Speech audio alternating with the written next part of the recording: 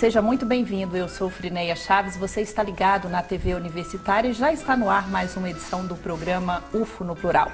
A pauta de hoje é reforma política e os nossos convidados são professores do Instituto de Ciências Sociais da Universidade Federal de Uberlândia, Edilson Gracioli, Siddhartha Soares Silva. Sejam muito bem-vindos e obrigada por aceitar o nosso convite. Eu que agradeço. Professor, a gente fala de reforma. Reformar quer dizer melhorar. Na sua opinião, o sistema político está de fato desgastado, velho, desatualizado? Sem dúvida. E as possibilidades de melhora no sistema político, de um ponto de vista popular, são, na minha opinião, 4. Nós, em primeiro lugar, devemos ampliar as possibilidades de participação política direta. Precisamos melhorar a qualidade da representação política, precisamos ampliar as possibilidades de controle pela sociedade sobre as instituições do sistema político, mas nada disso será atingido sem aquele que é o quarto na minha fala, mas o primeiro, que é a alteração do sistema de financiamento das campanhas eleitorais. Nós precisamos hoje diminuir as possibilidades de influência nefasta do poder econômico que se estabelece durante as campanhas, na constituição das equipes de governo e também no exercício dos mandatos de governantes e representantes. Então, reforma política, do ponto de vista popular, da melhoria da cidadania, da representação política, deve cumprir esses 4 objetivos. O senhor concorda com o professor Edilson, professor Siddhartha? Bom, eu concordo no conjunto com a fala do Edilson. Eu só gostaria de fazer um comentário em relação à sua primeira fala, né? Da reforma como sendo algo que melhora. Por definição, sim, reforma, né, é algo que existe para melhorar, aprimorar, mas a gente tem que tomar cuidado com o que existe em termos de propostas reais, né? Por exemplo, no Congresso tem propostas.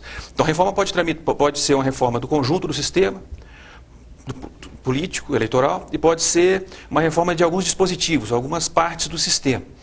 Nós temos tanto um quanto o outro circulando no Congresso, e eu falo isso porque normalmente o termo reforma é ouvido, né, com muita expectativa e positiva, uma expectativa positiva.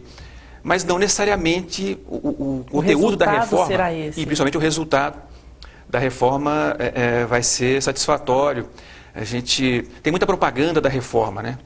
O que me deixa feliz, professor, é porque a gente tem propostas de diversos partidos, algumas delas conflitantes, e eu acho que é no conflito que se faz a democracia. Então, né? mas talvez um bom exemplo do que o Siddhartha está falando seja o seguinte: quando a Itália estava para se unificar, uma parte da aristocracia italiana percebeu que era melhor fazer alguma coisa antes que o povo fizesse. Foi uma transição, uma mudança pelo alto, não de baixo para cima. Nós estamos vivendo esse risco também. E nós tivemos o exemplo também da Venezuela, com o governo chavista, né? Achava-se que ia melhorar e piorou consideravelmente. Não, mas aí temos uma divergência importante, eu não tenho avaliação. O povo venezuelano anda com a Constituição debaixo do braço e defende a sua perspectiva, os seus interesses contra privilégios, inclusive de uma emissora muito poderosa na Venezuela, parecida com uma que nós temos aqui no Brasil. Sim. Acho que é uma outra situação. Mas eu estava dizendo o seguinte: tramita hoje no Congresso uma proposta de emenda constitucional, a PEC 352, que é também uma proposta de reforma política. E ela é nefasta. Primeiro, ela já se posiciona claramente contra o fim do financiamento empresarial das campanhas. E ela propõe mudanças pontuais e, não sendo alterado o fundamental, não vai melhorar nada. Então, é uma reforma preventiva.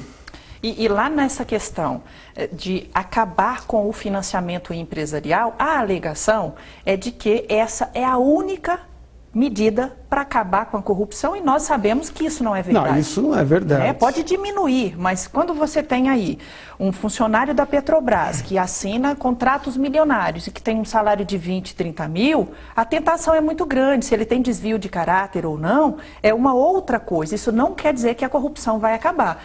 Agora, eu creio que as pessoas, os brasileiros, precisam se inteirar do que de fato é o nosso sistema político, porque, na verdade, o governo deve estar na mão do povo. É ele que fiscaliza, é ele que cobra, é ele que reivindica, né? Nesse sentido, eu vejo os venezuelanos muito melhor preparados. O senhor concorda, professor? Em vários sentidos. Inclusive, lá eles afrontam a tentativa de privatização da companhia petrolífera, que agora, o que está em jogo hoje no Brasil, o tema da Petrobras, é que os interesses imperialistas e das grandes petrolíferas foram afetados com o modelo do pré-sal. Mas esse é um tema que talvez pudéssemos debater num outro programa. Outro programa. Quer falar alguma coisa? Pois é, não, eu estava ouvindo, né, e pensando no seguinte, a percepção da população, ela é uma variável importante para a gente considerar quando for pensar em debater, discutir reforma, né? E a impressão que eu tenho é que grande parte da população se ressente do sistema político atual por senti-lo distante dela. Não se sente representado, né? Sim, o sistema não está próximo, ela sente que é algo muito abstrato, muito etéreo, que está muito longe. Né? E isso é um fator que é ruim dos dois lados, né? Porque de um lado você tem um sistema político que tem uma tendência de se insular, de ficar fechado dele mesmo, e de outro lado a população também se desresponsabiliza, contribuindo para um estado de ignorância política. Eu vou lá e voto em qualquer um, e depois reclamo da... mesmo que já acabou gerando esse desgaste do sistema, gerou um desconforto, A população jovem, ela não quer mais se comprometer. Parece que ela está descrente. Vocês têm essa sensação também? Bom, a sensação que eu tenho é que os jovens teriam uma descrença em relação às instituições que nós temos. Mas isso não quer dizer que eles sejam necessariamente apolíticos, né? Eles têm energia, né? Nós somos jovens, né? Então tem muita vontade, né? Mas a questão é para onde está sendo canalizada essa energia, né? E seria interessante que ela fosse canalizada para um aprimoramento da formação política da população, né? Uma educação política, né? Porque a política afeta todos nós, então todos nós deveríamos nos sentir responsáveis e deveríamos querer saber mais para poder influenciar positivamente o sistema. Né? Então a reforma deve ser colocada nesses parâmetros aí. Né? Esse sistema perfeito não existe, né? Não existe. Mas, por exemplo, voltando ao tema do financiamento de campanha, como é que é hoje o sistema de financiamento? Ele é um sistema misto. Há uma parte público e há uma parte pública e uma parte privada. Qual é a parte pública da história? Existe o fundo partidário. Do orçamento da União, uma fatia, um percentual é destinado aos partidos e esse fundo é distribuído de acordo com a representatividade que os partidos têm. A outra dimensão da parte pública é o horário eleitoral. Que acaba privilegiando os grandes partidos, né, professor? Sim, mas aí é preciso levar em conta que a distribuição do tempo tem que ser também de acordo com a representatividade dos partidos. Um partido de legenda criado por um coronel que precisa abrigar os seus correligionários não deve ter o mesmo espaço de um partido que tem representatividade. A dimensão do financiamento privado é dada por outros dois mecanismos. Pessoa física pode fazer uma doação em até 10% do que ganhou no ano anterior ao da eleição, e as empresas podem doar, e as pessoas jurídicas. E aí é que está o problema. Por quê? Se nós pensarmos, por exemplo, em grandes obras, o Brasil não tem mais do que 6 empreiteiras construtoras de grande porte. Então elas estabelecem um cartel. Elas dão dinheiro para todos os partidos e aquele que ganha... Para quase todos. Já tem ali uma aliança fechada. Há partidos que sequer aceitam doação empresarial. Então veja, o dinheiro, como dizia Shakespeare, em Timão de Atenas, o dinheiro faz do feio belo, da prostituta santa. E não sejamos vestais. A sociedade capitalista é movida por essa dinâmica. A ideia do financiamento, se não puder ser apenas público, mas que seja pelo menos impedida a doação por empresas, é a ideia de você, em primeiro lugar, tornar as campanhas mais baratas. Partidos de origem popular, de trabalhadores e segmentos pobres da população, candidaturas com esse perfil, não podem fazer frente a um processo eleitoral cada vez mais caro. Custa muito caro. Custa muito caro. E quem tem o melhor marqueteiro e mais dinheiro ganha sempre, né? É o poder do dinheiro, é o poder econômico. Quer dizer, é nefasto. O outro detalhe é o seguinte, na medida em que as empreiteiras, as grandes construtoras, os grandes bancos aportam recursos em campanhas, há um lema que é interessante, quem contrata a banda escolhe a música. Não são doações, são investimentos. Sim, vai cobrar um retorno. E aí, ao invés de nós termos um transporte coletivo bom, não tarifado para todo mundo, nós temos um modelo de transporte individual, que atende aos interesses das petrolíferas, das montadoras de automóvel e assim por diante. Então, o financiamento de campanha é uma dimensão que precisa ser reformado desse ponto de vista. Fim da possibilidade de financiamento empresarial das campanhas. Continua as pessoas sendo físicas misto, podem... mas só para público e física. Essa é a sua sugestão. Essa é o que é possível. Eu gostaria que fosse apenas público, mas é preciso reconhecer que a correlação de forças talvez nos permita, de imediato, esse apenas não é pouco, o fim do financiamento empresarial. O princípio é que empresas não votam, né? Então elas não deveria ser permitido a elas participar do sistema político de um modo tão promíscuo, né, como é o que a gente vê.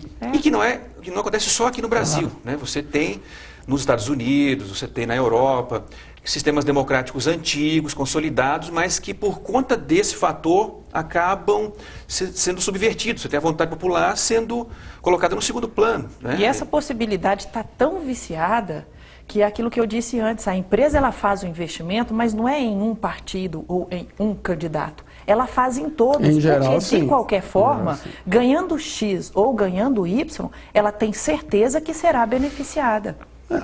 Sim, todos os candidatos que são competitivos, ela já vai se garantir apoiando-os para, né, depois ter e quem paga essa conta é a sociedade. É o exemplo que o senhor deu aí do transporte público. Então, saúde pública, por exemplo.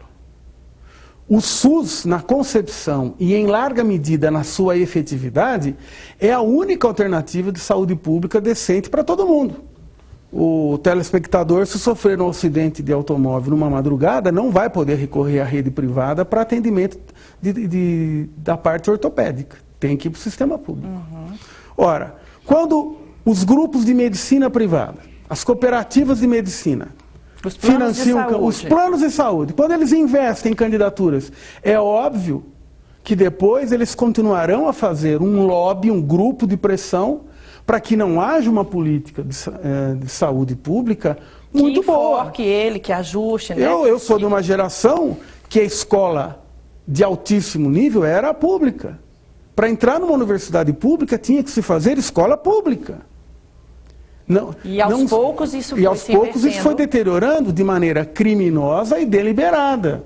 Porque a educação virou, para usar uma expressão do ex-ministro da Educação, Paulo Renato, o negócio da década. Então é preciso administrar, reformar o sistema político de maneira que a dimensão pública do interesse da coletividade, da maioria social. Porque é claro que há na sociedade segmentos, frações de classe, organizações que querem exatamente o que hoje existe. E nós precisamos nos contrapor a isso. Ok, daqui a pouquinho a gente continua o nosso bate-papo. UFO no Plural vai para um rápido intervalo, continue ligado, nós voltamos já já.